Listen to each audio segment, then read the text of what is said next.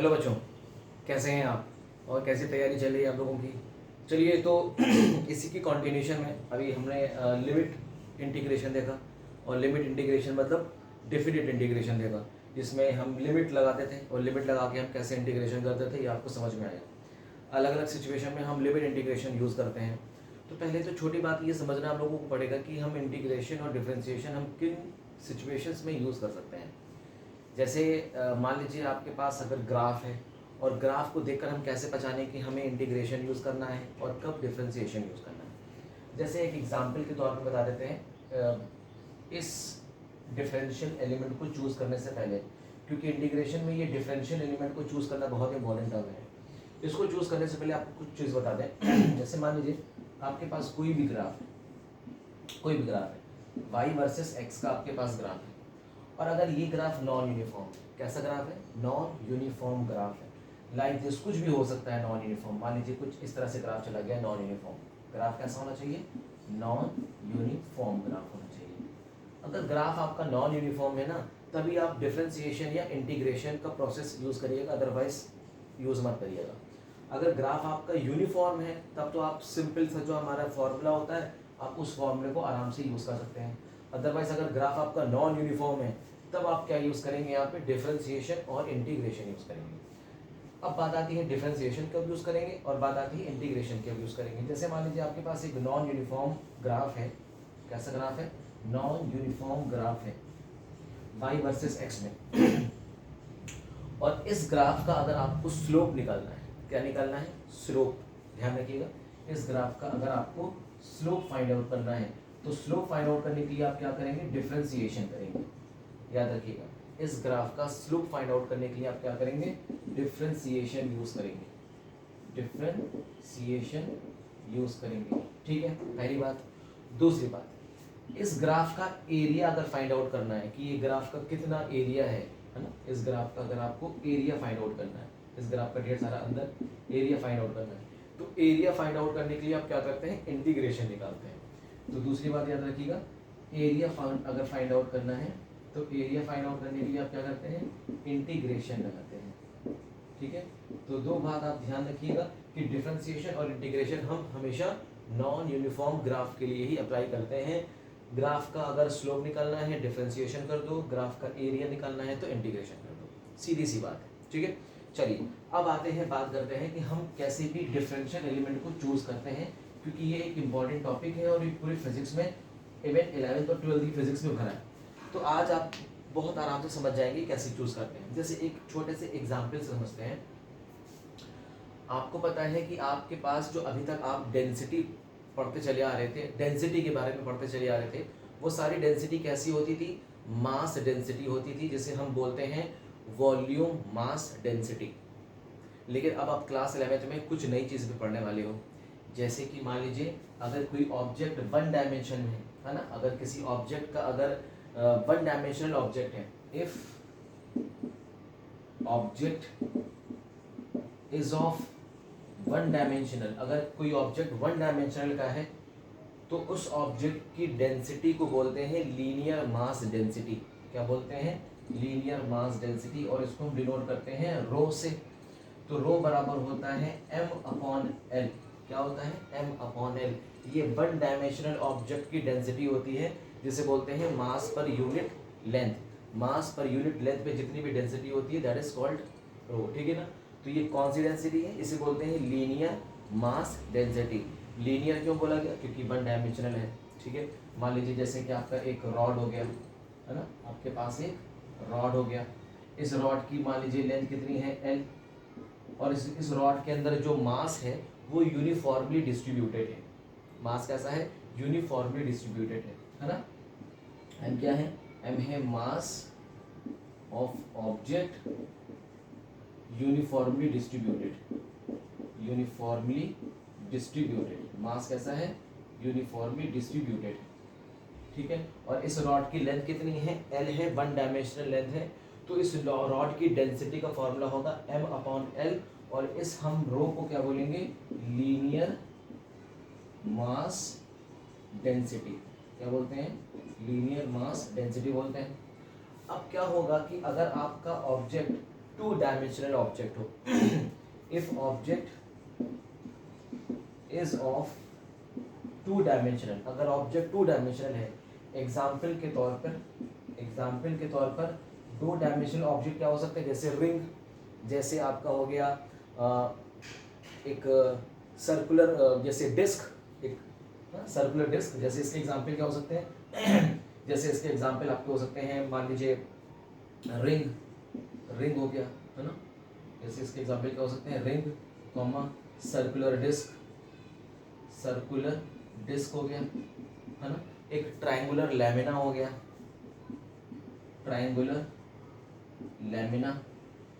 हो गया, और जैसे मान लीजिए इसका एग्जाम्पल हो गया आपका स्क्वायर हो गया, रेक्टेंगल हो गया, है ना, रेक्टेंगल, स्क्वायर, है कि नहीं। तो ये सारे किसके एग्जाम्पल हैं, टू डायमेंशनल ऑब्जेक्ट के एग्जाम्पल हैं, ठीक है ना। अगर ऑब्जेक्ट टू डायमेंशनल है तो ऐसे ऑब्जेक्ट की डेंसिटी को बोलते हैं एरिया डेंसिटी, क्या बोलते हैं, या उसको बोलते हैं एरिया मास डेंसिटी। क्योंकि मान लीजिए आपके पास कोई भी ऑब्जेक्ट है जो टू डायमेंशनल ऑब्जेक्ट है, तो इसकी डेंसिटी को क्या बोलेंगे, एरिया मास डेंसिटी, क्योंकि इस 2D ऑब्जेक्ट का एरिया होगा, ठीक है।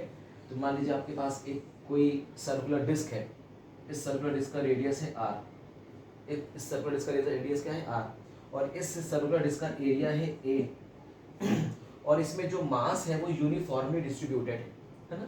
If mass is uniformly distributed, if mass is uniformly distributed, then इस सर्कुलर डिस्क या रिंग या ट्रायंगुलर लैमिना या रेक्टेंगुलर या स्क्वायर के एरिया को बोलते हैं, डेंसिटी को बोलते हैं एरिया मास डेंसिटी, क्या बोलते हैं, then rho is called area mass density, ठीक है, बात समझ में आ गई।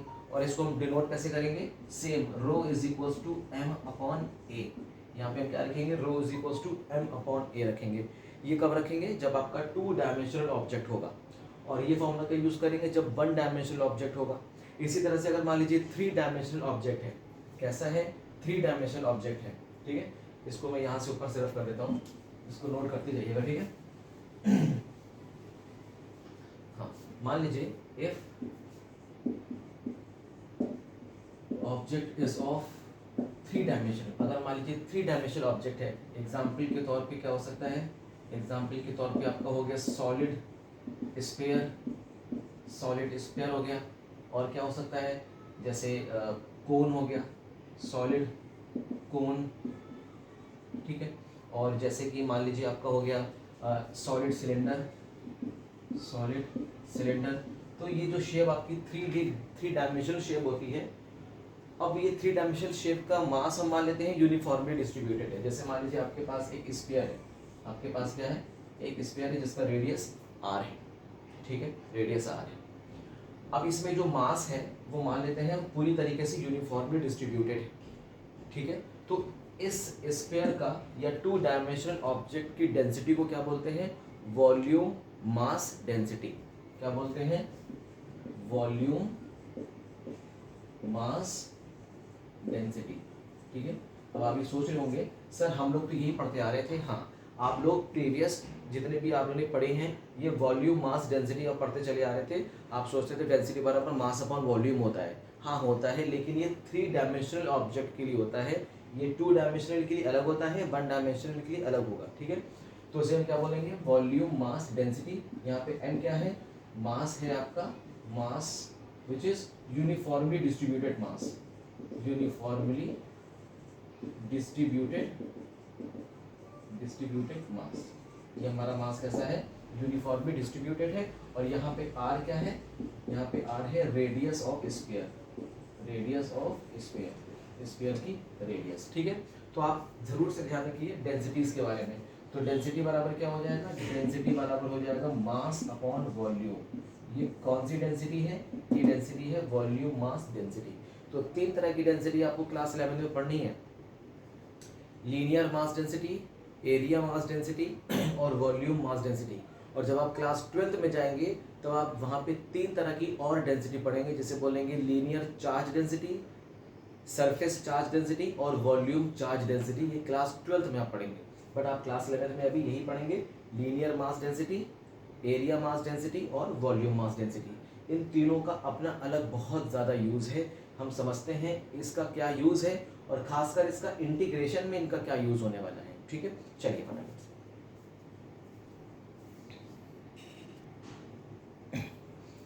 अब देखिए, हम एक लीनियर एक रॉड लेके चलते हैं, एक लीनियर बिल्कुल पतली सी एक वन डायमेंशनल रॉड है, हम क्या लेके चलेंगे, वन डायमेंशनल रॉड, ठीक है ना। ये वन डायमेंशनल रॉड हम लेके चलेंगे और आपको समझा देंगे कि इंटीग्रेशन में हम डिफरेंशियल एलिमेंट को कैसे चूज करते हैं। ठीक है, मान लीजिए आप एक आपके पास, मैं थोड़ा बड़ा ही बनाता हूँ, ये मान लीजिए आप एक आपके पास रॉड है, ठीक है, और ऑल्दो ये रॉड मैंने मानी है लीनियर वन डायमेंशनल, इसका रेडियस बहुत ही छोटा है, मतलब डायामीटर, बेस का डायामीटर बहुत छोटा है, बहुत ही छोटा है, इसके लेंथ के कंपैरिजन में बहुत छोटा है। अब मान लीजिए इसकी लेंथ कितनी है, मान लेते हैं इसकी लेंथ है, let it be small L, कितनी है, let it be small L इसकी लेंथ है, ठीक है, समझ में आ गया, कोई दिक्कत नहीं। मान लेते हैं एल बराबर यहाँ पे 0 से स्टार्ट है और यहाँ पे एल बराबर कहाँ तक खत्म है, एल बराबर 4 मीटर तक खत्म है, हम एज्यूम कर लेते हैं, मतलब इस रॉड की लेंथ एल बराबर 0 से एल बराबर 4 मीटर, मतलब 4 मीटर लंबी एक रॉड है, ठीक है। और हमने मान लिया कि इस रॉड की जो डेंसिटी है वो है, लेट इट बी 2 किलोग्राम पर मीटर, कितनी है, 2 किलोग्राम पर मीटर। हमने मान लिया कि इस रॉड की डेंसिटी कितनी है, 2 किलोग्राम पर मीटर, मतलब पर मीटर इसके मास कितना है, 2 किलोग्राम है, तो इसे बोलते हैं लीनियर मास डेंसिटी। ठीक है, आपसे पूछा गया इस रॉड का मास कितना होगा, तो आप क्या बताएंगे, बहुत आसान, आपको पता है लीनियर मास डेंसिटी बराबर मास अपॉन लेंथ होता है, तो इस रॉड का मास कैसे निकालेंगे, mass is equal to density multiply by length करेंगे, और डेंसिटी कितना है 2 मल्टीप्लाई बाय लेंथ कितना है 0 से 4, मतलब 4, यहाँ पे 4 रखिए तो कितना आ जाएगा 8 किलोग्राम आ गया। इसका मतलब ये हो गया कि इस रॉड की जो मास है वो 8 किलोग्राम है। ठीक है, यहाँ तक तो बात समझ में आती है, और यहाँ पे हमने बहुत ही आसान तरीके से भी कर लिया। क्या होगा कि अगर इसमें मास यूनिफॉर्मली डिस्ट्रीब्यूटेड नहीं है, देखिए अभी तो इस रॉड का मास निकला है 8 किलोग्राम जो कि यूनिफॉर्मली डिस्ट्रीब्यूटेड है, ये मास कैसा है, यूनिफॉर्मली डिस्ट्रीब्यूटेड मास है, mass is uniformly distributed, mass कैसा है, यूनिफॉर्मली डिस्ट्रीब्यूटेड। मान लीजिए हमारे पास एक ऐसी रॉड है, वन डायमेंशनल रॉड एक ऐसी है जिसमें मास यूनिफॉर्मली डिस्ट्रीब्यूटेड नहीं है, मतलब यहाँ पे मास बहुत ढेर सारा है, धीरे धीरे धीरे धीरे धीरे धीरे मास कम होता गया, कम होता गया, कम होता गया, मतलब इस एरिया में मास बहुत ज़्यादा है, धीरे धीरे धीरे धीरे धीरे मास कम होता जा रहा है। इसका मतलब अगर मास यूनिफॉर्मली डिस्ट्रीब्यूटेड नहीं है और इसका फिर लीनियर मास डेंसिटी किस पे डिपेंड करेगी, इसके लेंथ पे डिपेंड करेगी। ठीक है, बात समझ आ रही है। ये तो कंडीशन बहुत आसान थी, आपने मास निकाल लिया, रो को एल से मल्टीप्लाई कर दिया। अब मान लीजिए दूसरी सिचुएशन में अगर मैं आपसे ये कहता हूँ कि ये जो रॉड आपने पकड़ी है, ये जो रॉड आपने देखी है, इस रॉड की जो लीनियर मास डेंसिटी है रो, वो इसके लेंथ की फंक्शन है, मतलब इसके लेंथ के अकॉर्डिंग चेंज हो रही है। मान लेते हैं रो है एल स्क्वायर प्लस 1, मान लेते हैं एल स्क्वायर प्लस 1, और इसको आप ले लीजिए कैपिटल एल, क्या ले लीजिए, इस रॉड की लेंथ कैपिटल एल ले लीजिए, यहाँ से आप ले लीजिए एल बराबर 0 से एल बराबर 4 मीटर तक ले लीजिए। और हमने यहाँ पे एज्यूम करके चला है, एज्यूम करके हमने क्या चला है कि डेंसिटी ऑफ दिस रॉड, जिसे हम लीनियर मास डेंसिटी कहते हैं, वो इस रॉड की लेंथ पे डिपेंड कर रही है। जैसे जैसे हम रॉड की लेंथ को चेंज करते जाएंगे, इसकी लीनियर मास डेंसिटी चेंज होती जाएगी। जैसे एल बराबर 0 करेंगे तो डेंसिटी कितनी हो जाएगी, 1 हो जाएगी। एल बराबर 2 करेंगे डेंसिटी 5 हो जाएगी। एल बराबर 3 करेंगे डेंसिटी 10 हो जाएगी। मतलब धीरे धीरे धीरे धीरे डेंसिटी चेंज हो रही है। इसका मतलब ये डेंसिटी कैसी है, वेरिएबल डेंसिटी है, वेरिएबल डेंसिटी है, वही है कि नहीं। अब डेंसिटी अगर वेरिएबल है तो अब पूछा गया है बताइए इसका मास कितना होगा, जबकि इस रॉड की लेंथ है 4 मीटर और यहाँ पे डेंसिटी किससे रिलेटेड है, लेंथ पे डिपेंड कर रही है। पूछा गया है बताइए मास कैसे निकालेंगे, क्या पूछा गया, मास ऑफ दिस इस रॉड का मास निकालिए। तो अब तो बड़ा मुश्किल है, रॉड का मास निकालने के लिए हमें डेंसिटी मल्टीप्लाई बाय लेंथ करना होता था। तो डेंसिटी तो हमारे सामने है, लेंथ हम क्या करें, किस लेंथ से मल्टीप्लाई करें, और इस एल की जगह पे क्या लिखें। अब ये थोड़ी सी कन्फ्यूजन हो गई। अब यहाँ पे हम लोग क्या करेंगे, अब यहाँ पे हम लोग सीखेंगे कि हम इस प्रोसेस में डिफरेंशियल एलिमेंट कैसे लेते हैं। ठीक है, जैसे मान लीजिए अब हम क्या करने जा रहे हैं कि पूरी रॉड का मास निकालेंगे। तो हम L बराबर 0 पे, L बराबर 0 से x डिस्टेंस दूर आकर एक छोटी सी, एक पतली सी क्या काटेंगे, स्ट्रिप काटेंगे। एक पतली सी स्ट्रिप काटेंगे, याद रखिएगा, क्योंकि डेंसिटी हर एक पॉइंट पर डेंसिटी क्या हो रही है, चेंज हो रही है। हर एक पॉइंट पर डेंसिटी चेंज हो रही है ना। हमें एक ऐसी डेंसिटी चाहिए जो कांस्टेंट हो। हमें ऐसी डेंसिटी चाहिए जो कांस्टेंट हो, और अगर डेंसिटी कांस्टेंट है उस डेंसिटी को हम लेंथ से मल्टीप्लाई करके मास निकाल सकते हैं। लेकिन यहाँ पे तो हर एक लेंथ पर, हर एक पॉइंट पर डेंसिटी क्या हो रही है, वेरी कर रही है। हम क्या करने जा रहे हैं, एक ऐसा एरिया लेने जा रहे हैं या एक ऐसी डेंसिटी पता करने जा रहे हैं जो कांस्टेंट है। देखिए हम L बराबर 0 से x दूर आकर एक छोटी सी क्या काटेंगे, स्ट्रिप काटेंगे, पतली सी स्ट्रिप काटेंगे। और इस स्ट्रिप की हमने मान लिया थिकनेस कितनी है, लेट इट बी dx इसकी थिकनेस है, बहुत ही छोटी सी थिकनेस है। हम इसको थोड़ा जूम कर देते हैं। ये आपकी एक स्ट्रिप है, ठीक है, और इस स्ट्रिप की थिकनेस कितनी है, dx। समझ में आ गया। और ओरिजिन मतलब 0 से यहाँ तक की लेंथ कितनी है, x। बोलिए, तो यहाँ तक की लेंथ कितनी है, x। अब एक बात बताइए, ओरिजिन से लेकर यहाँ तक की लेंथ कितनी हो जाएगी, यहाँ तक की लेंथ कितनी हो जाएगी, x प्लस dx हो जाएगी। यहाँ तक की लेंथ x प्लस dx, ये लेंथ x प्लस dx और ये लेंथ x हो जाएगी। कोई दिक्कत नहीं, बात समझ में आ गई। अब मुझे ये बताइए, इस पॉइंट पर, मतलब इस पॉइंट पर लाइक दिस, ये वाली पॉइंट देख रहे हैं, इस पॉइंट पर डेंसिटी कितना होगा, what will be the density. तो आप बताएंगे इस पॉइंट पे डेंसिटी हम मान लेते हैं ρ1। तो डेंसिटी कितना होगा, L स्क्वायर प्लस 1 है, तो L की जगह पे क्या रख देंगे, x रख देंगे, तो x स्क्वायर प्लस 1 हो जाएगा। अब मैं तुमसे पूछूं, बताइए इस वाले पॉइंट पर, ये वाले पॉइंट पर डेंसिटी कितनी होगी। तो आप बताएंगे इस वाले पॉइंट पे मान लेते हैं डेंसिटी कितनी है, ρ2 है। तो अब ये लेंथ कितनी रखेंगे, x प्लस dx, उस L की जगह पे x प्लस dx रखेंगे। रखिए, तो क्या करेंगे आप, x प्लस dx रखेंगे और इसका होल स्क्वायर कर देंगे, प्लस 1 कर देंगे। बहुत आसान, इजी है, समझ में आ गई, कोई दिक्कत नहीं है। अब एक बात बताइए, मैंने आपको बताया था ये जो छोटी सी dx एलिमेंट होता है ना, ये इसके कंपैरिजन में क्या है, बहुत छोटा है। समझ में आ रहा है क्या, ये dx जो आपने एलिमेंट काटा है, ये इस x के कंपैरिजन में क्या है, बहुत छोटा है। और कोई भी वैल्यू जब किसी भी चेंज के रिस्पेक्ट में बहुत छोटी होती है तो उसको हम क्या करते हैं, निगलेक्ट कर देते हैं। इसका मतलब हम यहाँ पे क्या करेंगे, dx को टेंस टू 0 करके निगलेक्ट कर देंगे। जब इसको आप निगलेक्ट करोगे तो यहाँ पे आपको डेंसिटी कितनी मिल जाएगी, डेंसिटी मिल जाएगी, डेल्टा x को निगलेक्ट कर दो, बची x स्क्वायर प्लस 1। अब देखो, ये वाला एक ऐसी जगह थी जहाँ पे डेंसिटी x स्क्वायर प्लस 1 थी, ये वाली एक ऐसी जगह थी जहाँ पे density again x square plus 1। इसका मतलब ये एक ऐसा रीजन है या एक ऐसी जगह है जहाँ पे डेंसिटी कितनी आ रही है, x स्क्वायर प्लस 1 आ रही है, जो कि कांस्टेंट है। देखो यहाँ पे भी डेंसिटी x स्क्वायर प्लस 1 और यहाँ पे भी डेंसिटी कितनी है, x स्क्वायर प्लस 1। तो हमें वही डेंसिटी चाहिए थी जो कैसी डेंसिटी हो, कांस्टेंट डेंसिटी हो, तभी तो हम लेंथ से मल्टीप्लाई करके मास निकाल सकते हैं। ठीक है, इस पूरे रॉड का मास हमने मान लिया कैपिटल M और इसके छोटे से टुकड़े का मास मान लिया स्मॉल m। तो मान लीजिए छोटा सा जो टुकड़ा हमने काटा है जिसकी थिकनेस dx है, हम इसका किस तरह मास मान लें, छोटा सा मास dm मान लें। तो मान लेते हैं here mass of small element dx will be dm। कितना मान लेते हैं, dm, छोटे से एलिमेंट का छोटा मास dm मान लेते हैं। तो ये हो गया dm is equals to, formula क्या होता है, फॉर्मूला याद है ना, mass is equals to linear mass density multiply by length. यही फॉर्मूला होता है कि नहीं। तो छोटा सा मास लिया और इसकी डेंसिटी कितनी है, x स्क्वायर प्लस 1। इस पॉइंट पर और इस पॉइंट पर डेंसिटी सेम है, तो यहाँ पे क्या लिखेंगे, x स्क्वायर प्लस 1। कोई कंफ्यूजन नहीं है, बात समझ में आ रही है, ठीक है, क्लियर हो रही है बात। अब एक बात बताइए, आगे क्या लिखेंगे, L लेंथ, मतलब इस छोटे से dx का तो मास निकालना था, तो हम यहाँ पे क्या लिख देंगे, dx लिख देंगे। बोली है कि नहीं।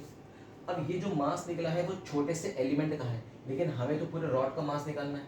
और आपको पता है जब छोटे छोटे टुकड़े को हम जोड़ते हैं तो हमको क्या करना पड़ता है, इंटीग्रेशन करना पड़ता है। तो छोटे छोटे टुकड़े को जोड़कर हम पूरे रॉड का मास निकाल सकते हैं। इसी तरह से छोटे छोटे स्ट्रिप्स को कट कर दीजिए, छोटे छोटे स्ट्रिप्स को कट कर दीजिए, छोटे छोटे स्ट्रिप्स को कट करके हम सबको क्या करते हैं, जोड़ दें। और सबके जोड़ने की ट्रिक क्या है, इंटीग्रेशन करना, क्योंकि ये रॉड कैसा है, कॉन्टिन्यूअस रॉड है, और कॉन्टिन्यूअस अगर कोई फंक्शन होता है तो हम इसके लिए इंटीग्रेशन करते हैं। तो इंटीग्रेशन का साइन ये लगा देंगे, देखिए ये इंटीग्रेशन का साइन आ गया, ठीक है। मान लेते हैं इस रॉड का मास है डीएम, इस रॉड का मास है DM, DM DM DM DM, सारे छोटे छोटे स्ट्रिप का मास को जोड़ देंगे तो एक बड़े रॉड का मास मिल जाएगा, जिसको हमने क्या बोल दिया, कैपिटल एम बोल दिया। क्या बोल दिया, कैपिटल एम बोल दिया, ठीक है। बात समझ में आ रही है। अब देखिए, अब जाहिर सी बात है हमें एक्स स्क्वायर प्लस 1 मिल गया और dx मिल गया। हमें इस रॉड की लेंथ जो वेरी कर रही है dx में, वो कहाँ से कहाँ तक वेरी कर रही है, l बराबर 0 से l बराबर 4 मीटर तक वेरी कर रही है। l बराबर 0 से l बराबर 4 तक वेरी कर रही है, मतलब ये dx की जो रेंज है वो कहाँ से कहाँ तक है, 0 से 4 तक है। तो रेंज कहाँ से कहाँ तक, 0 से 4 तक इसकी रेंज है। और अंदर आप क्या कर रहे हैं, एक्स स्क्वायर प्लस 1 कर रहे हैं, ब्रैकेट में आपने dx लगा दिया। ये आपका क्या निकल गया, dm निकल गया। ये आपका क्या निकल गया, मास ऑफ दिस रॉड, इस पूरे रॉड का मास निकल गया। अब बस इसको इंटीग्रेशन करना है, कैसे करेंगे, m is equal to integral 0 से 4 लगा देंगे। अब एक्स स्क्वायर का इंटीग्रेशन क्या होता है, एक्स स्क्वायर का इंटीग्रेशन बताइए क्या होता है। एक्स स्क्वायर का इंटीग्रेशन होता है एक्स की पावर 3/3, और 1 का इंटीग्रेशन होता है एक्स, ठीक है। ब्रैकेट बंद करेंगे और लिमिट लगाएंगे 0 से 4, मतलब लोअर लिमिट से हायर लिमिट। अब उसके बाद तो आपको सॉल्व करना आता है, पहले रखेंगे हायर लिमिट, फिर माइनस का साइन लगाएंगे, फिर लोअर लिमिट रखेंगे। मैं कर दूं, चलिए ठीक है मैं कर देता हूँ। m इज इक्वल टू, पहले x की जगह पे 4 रखिए, तो 4 का स्क्वायर 16, 16 मल्टीप्लाई बाई 4 64, तो 64 डिवाइडेड बाई 3 प्लस x की जगह पे 4 रखिए, ब्रैकेट बंद करिए, माइनस करिए। अब x की जगह पे 0 रखेंगे तो पूरा टर्म 0 हो जाएगा, ये पूरा टर्म हो गया 0। यहाँ पे आपका मास कितना आ गया, यहाँ से आप सिंप्लीफाई कर दीजिए तो आ जाएगा 64 प्लस 12, 64 74 76 बाई 3 किलोग्राम। इसका मतलब इस रॉड का मास कितना आ गया, 76 बाई 3 किलोग्राम आ गया। बताइए कितना इजी ट्रिक है। तो अगर हम अपने पुराने टेक्निक से करते तब तो बहुत ही मुश्किल हो जाता ना, क्योंकि मास हर जगह क्या हो रहा है, चेंज हो रहा है। क्योंकि मास क्यों चेंज हो रहा है, क्योंकि मास ये यूनिफॉर्मली डिस्ट्रीब्यूटेड नहीं है। इसमें रॉड में जो मास है या रॉड का जो मैटर है वो यूनिफॉर्मली डिस्ट्रीब्यूटेड नहीं है। तो आप याद रखिएगा, here mass is not uniformly distributed. यहाँ पे मास यूनिफॉर्मली डिस्ट्रीब्यूटेड नहीं था, इस वजह से हमें क्या करना पड़ा, पूरा इंटीग्रेशन का प्रोसेस करना पड़ा। कैसे किया समझ में आया, बस इस बात का ध्यान रखिएगा। यहाँ से यहाँ तक हमने लिया x, तो ये कितना हो जाएगा, x प्लस dx। तो इस पॉइंट पे हम निकालेंगे डेंसिटी और इस पॉइंट पे निकालेंगे डेंसिटी। जब इस पॉइंट पे डेंसिटी निकालेंगे तो ये x प्लस dx का होल स्क्वायर प्लस 1 करेंगे, और dx क्योंकि बहुत छोटा है x के कंपैरिजन में तो उसको हम निगलेक्ट कर देंगे। तभी हमने आपको क्या सिखाया था, पहले निगलेक्टिंग करना सिखाया था।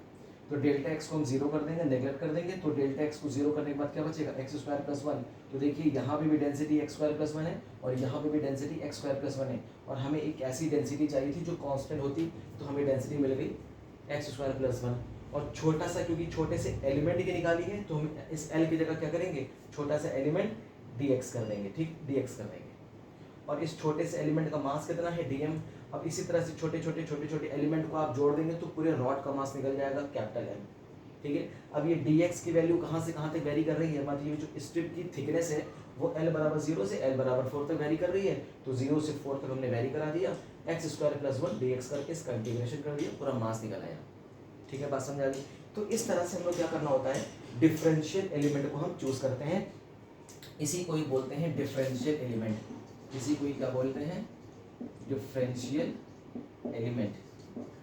तो हमें कैसे चूज करना है डिफरेंशियल एलिमेंट, ये एक क्वेश्चन से नहीं आएगा या एक बार से नहीं आएगा, इसको आपको बार बार प्रैक्टिस करना पड़ेगा, इसके ऊपर ढेर सारे क्वेश्चंस को सॉल्व करना पड़ेगा। और इस तरह के क्वेश्चंस पूरे IIT JEE एडवांस में भरे होते हैं, और साथ ही साथ नीट के क्वेश्चंस, नीट का अगर पेपर उठाएं तो नीट के पेपर में भी ये सारे क्वेश्चंस आपको बहुत मिलते हैं इंटीग्रेशन से रिलेटेड।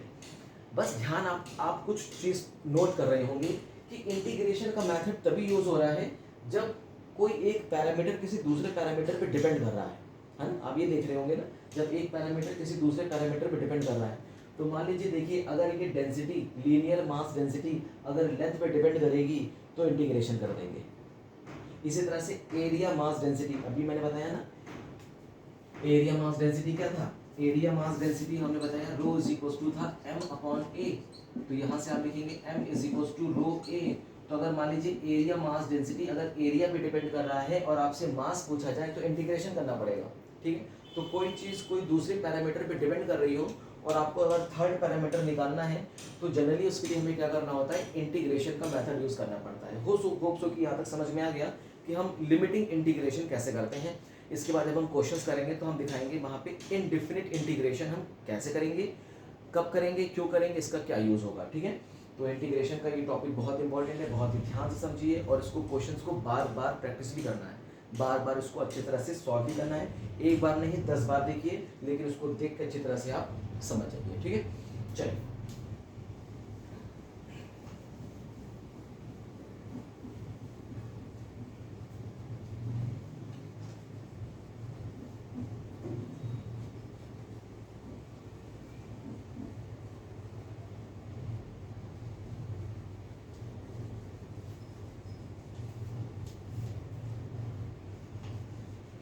होप सो कि यहाँ समझ में आ गई होगी बात। चलिए अब हम लोग थोड़ा सा फॉर्मूला देख लेते हैं, इसका फॉर्मूला, इंटीग्रेशन का फॉर्मूला देख लेते हैं, ठीक है। चलिए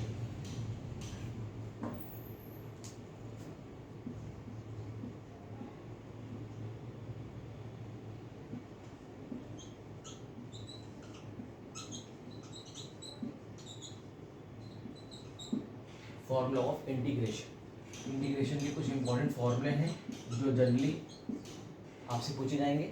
मैं यहाँ पे लिख देता हूँ, आप इसको बहुत ध्यान से समझिएगा, ठीक है।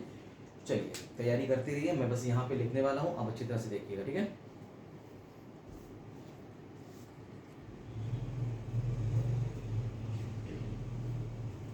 ठीक है बच्चों, देखिए ये कुछ इंपॉर्टेंट फॉर्मूला है इंटीग्रेशन में जो फिजिक्स में फॉर्मूले अक्सर यूज़ होंगे, लेकिन इसमें भी कुछ ही फॉर्मूले यूज़ होते हैं। जैसे आपका एक फॉर्मूला ये यूज़ होगा फिजिक्स में, ये फॉर्मूला यूज़ हो सकता है, ये फॉर्मूला यूज़ होगा, ये फॉर्मूला यूज़ होगा, बाकी इसके बाद एक फॉर्मूला ये यूज़ हो सकता है और एक फॉर्मूला ये यूज़ हो सकता है, बाकी ये फॉर्मूले यूज़ नहीं होंगे। लेकिन आप ये फॉर्मूले अच्छी तरह से ध्यान रखिए। अगर कहीं लिखा है इंटीग्रेशन में 1 कोई नेचुरल नंबर, उसके बगल में dx रखा हुआ है तो इसका इंटीग्रेशन क्या हो जाता है, x प्लस सी एक कांस्टेंट है, याद रखिएगा, ठीक है। इसी को बोलते हैं इनडिफिनिट इंटीग्रेशन। क्या बोलते हैं, इनडिफिनिट इंटीग्रेशन। यहाँ पे कांस्टेंट लगा देते हैं। अगर कहीं लिखा है इंटीग्रल का साइन लगा है, a dx लिखा है, तो a एक कांस्टेंट है और dx का इंटीग्रेशन x हो जाता है, तो देखिए ax हो गया प्लस c एक कांस्टेंट बोल दिया। इसी तरह से कहीं लिखा है इंटीग्रेशन का साइन x की पावर n dx, तो इसका हो जाता है x की power n plus 1 divided by n plus 1 plus c, ठीक है। साइन x dx का integration minus cos x plus c होता है, कॉस x dx का integration sine x plus c होता है, कॉसेक स्क्वायर x का integration tan x plus c होता है और कॉसेक स्क्वायर x का integration minus cot x dx होता है। इसी तरह से 1/x dx का integration log base x plus c होता है। इंटीग्रल e की पावर x dx का इंटीग्रेशन e की पावर x प्लस c होता है। ये कुछ इंपॉर्टेंट इंटीग्रेशन के फॉर्मूले हैं, इसे आप अच्छी तरह से यूज़ करिए। और इसके अलावा मैं एक आपको और बता देता हूँ, चेन रूल, वो भी इंटीग्रेशन में और फिजिक्स में खासकर बहुत पूछा जाता है, तो मैं यहीं पर बता देता हूँ, फटाफट इसको नोट कर लीजिए।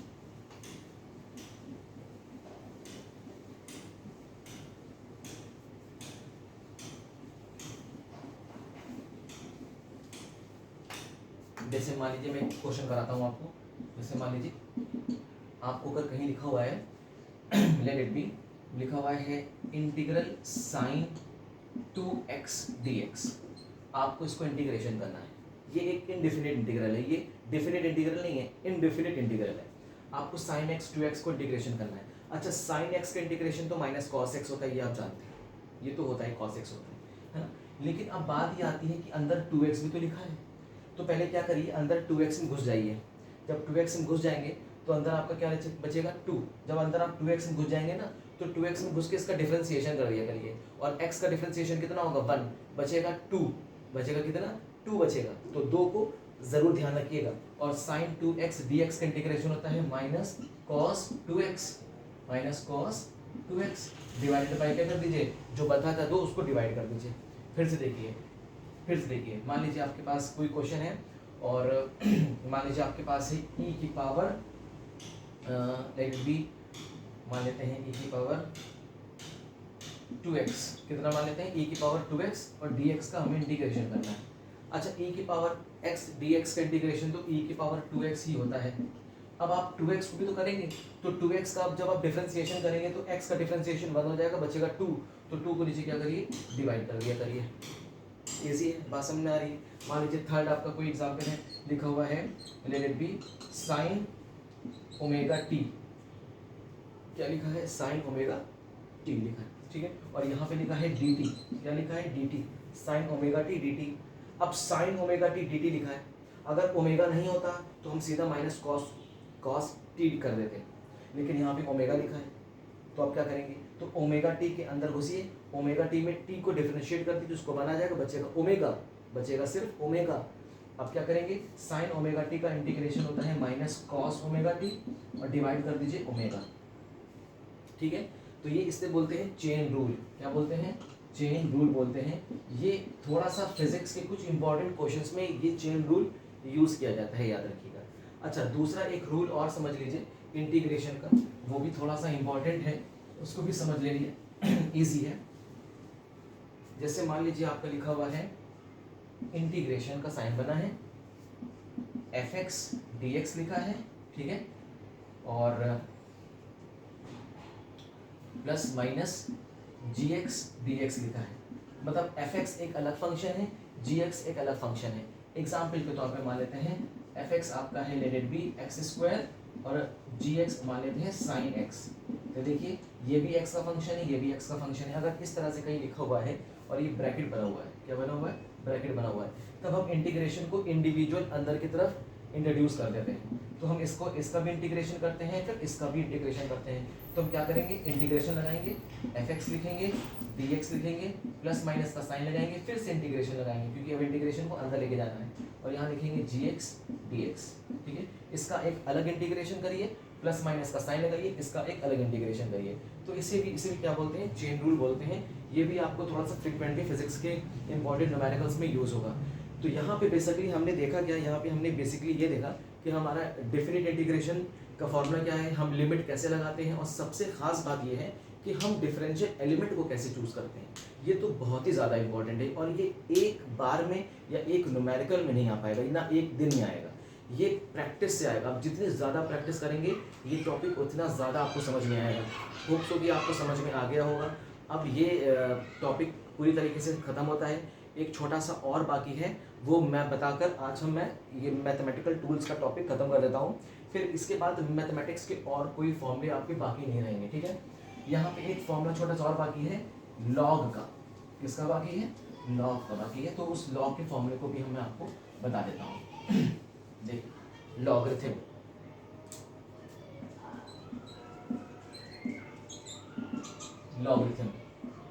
लॉगरिथम के कुछ इंपॉर्टेंट फॉर्मूले को आप अच्छी तरह से ध्यान रखिए। अगर कहीं लिखा है लॉग a इंटू बी, तो इसका हो जाता है log a plus log b। ध्यान रखिएगा, ठीक है, पहला फॉर्मूला। सेकंड फॉर्मूला, अगर कहीं लिखा है log a divided by b, तो ये हो जाता है log of a minus log of b, ठीक है। अगर कहीं लिखा है लॉग a की पावर b, तो ये हो जाता है b को हम मल्टीप्लाई कर देते हैं और ये होता है लॉग a, ठीक है, समझ में आ गया। तो ये इंपॉर्टेंट फॉर्मूला है, इसको आप 101% डेफिनेटली इसको आप अच्छी तरह से ध्यान रखिए, क्योंकि इस पे बेस्ड आपको फिजिक्स में न्यूमेरिकल्स दिखेंगे और करने को भी मिलेगा, ठीक है। तो ये कुछ इंपॉर्टेंट फॉर्मूले हैं, और बाकी कुछ इंपॉर्टेंट फॉर्मूले आएंगे, हम उसका डिस्कशन वही कर लेंगे। एक और होता है लॉग बेस 10 की वैल्यू होती है 1, कितनी होती है, 1 होती है, याद रखिएगा, लॉग बेस 10 की वैल्यू 1 होती है। तो ये कुछ इंपॉर्टेंट लॉ के फॉर्मूले हैं, इसका भी फिजिक्स में यूज होगा। आई थिंक अब मैथमेटिकल टूल का लेक्चर यहाँ पे खत्म होता है, इससे ज़्यादा मैथमेटिक्स के फॉर्मूले यूज़ नहीं होंगे, और फिर भी अगर एक दो फॉर्मूला अगर रह गया होगा तो हम इसको न्यूमेरिकल्स में कवर कर देंगे और समझा भी देंगे। चलिए, तो आप लोग बच्चों पढ़ाई करते रहिए, तैयारी करते रहिए। All the very best.